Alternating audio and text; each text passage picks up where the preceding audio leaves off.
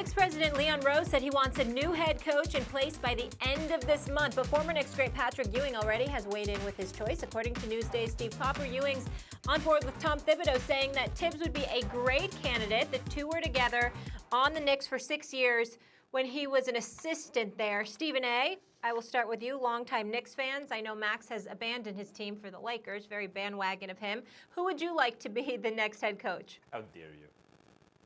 Well, to me, it would be Mark Jackson, but the one person that would come to mind before him would be Doc Rivers, because I think that Doc Rivers is an exceptional coach, a champion, and somebody that New York desperately would love to have. I just don't think he's going to leave L.A., but if he doesn't win a championship in L.A. with the Clippers the next couple of years, who knows what Steve Ballmer will elect to do or what Doc Rivers would elect to do for that matter. But outside of that, I've been about Mark Jackson for a long time. I respect the hell out of Tom Thibodeau. He deserves to be a head coach in this game. And obviously with his years with the New York Knicks, you can't summarily dismiss that, and I won't try to. But the reason why I keep mentioning Mark Jackson is because I'm not just thinking about basketball. I'm thinking about how bad the New York Knicks situation has been for years, how the franchise has turned off Knicks fans everywhere. And as a result, you've got to have a coach that's not just fixated on basketball, but I would love a local product that can rally New Yorkers around him, giving him the benefit of the doubt, knowing that when you hear that coach speak, you believe in him and you believe that he's telling you the truth. So it's not just about basketball, it's about somebody that can offset the petulance that James Dolan will inevitably throw in your direction via headlines for wanting to ban people from Madison Square Garden for a multitude of reasons or anything else. The New York Knicks are not a regular basketball situation. I love the fact that Leon Rose and Worldwide West are there. I believe in them, and I believe they'll get things turned in a positive direction. But I do think it will go a long way for them to bring in a coach who's a local product. Mark Jackson is from Queens. He starred at Bishop Loughlin High School, went to St. John's, starred there in Queens, New York, was Rookie of the Year for the New York Knicks when he came to the NBA.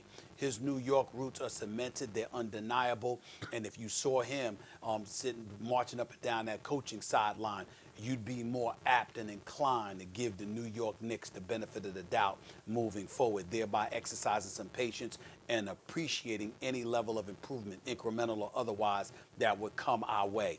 That is why I preach about Mark Jackson, because everybody talks about the need for a culture change, and I think he's definitive about being that guy for a culture change. Obviously second to somebody like Doc Rivers, who I don't think is going to be available for the next couple of seasons. This season and next season, that is.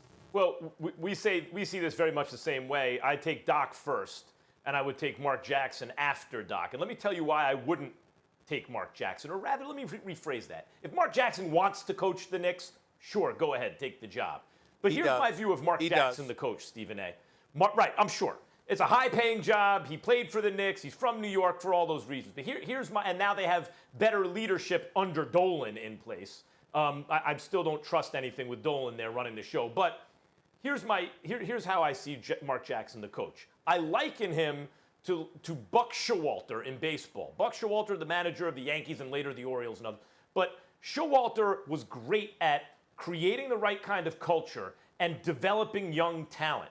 At a certain point, they did not have confidence he could take them over the top, and they got rid of him for Joe Torre and won all those championships. And then Showalter wasn't really back for decades in a place where realistically you're going to make a run at a title. So that's the reputation he got hung with. And Mark Jackson, I see in a similar situation. We already know that he can create a culture of a team that believes in themselves and each other. We already know that he can develop young talent. He can do that. What we don't know is, can he take a team over the top? So here's my thought about the Knicks. They ain't winning no championship no time soon, if ever, right? So yes, Mark Jackson could come in and from the Knicks' point of view do a good job getting some of the things right that the Knicks have gotten wrong in those respects early on. But eventually, if things start heading down the right path, and miracle of miracles, even with Dolan there, the Knicks start to become a championship contender, I don't think the guy who's hired now is going to be around then. And that puts Mark Jackson in the same situation he is now. Doc Rivers already got his championship, Stephen A. He can also create a culture and all that. I think he's a better fit. But if Mark wants the job, you could do a whole lot worse. Thanks for watching ESPN on YouTube. For live streaming, sports, and premium content, subscribe to ESPN+.